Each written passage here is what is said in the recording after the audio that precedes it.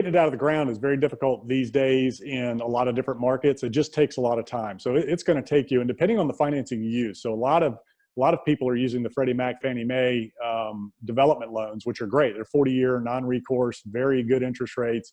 You can also get the rehab loans as well, but they're very difficult and time consuming. See, they want a lot of paperwork.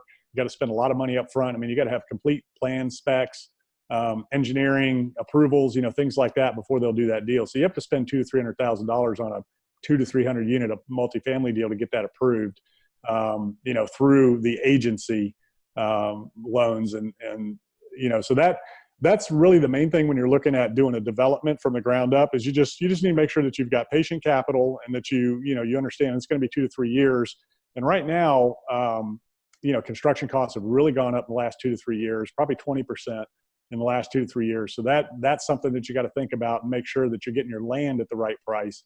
Make sure you're in a market that's going to lease up quickly, so you're not sitting there in that lease up phase too long, which is going to take you a year to 18 months. A lot of people misestimate how long it's going to take to get that, a 200-300 unit deal leased up.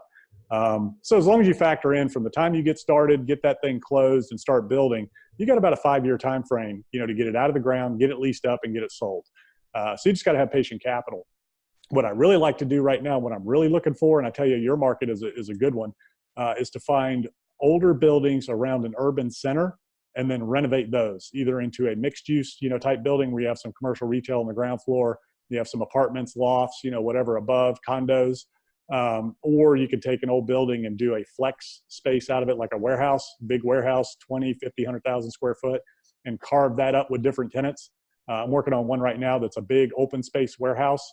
And we're creating spaces for artists, to have like studio space. So it's this huge, almost like a co-working space. You've seen those co-working spaces where, they have desks everywhere for executives.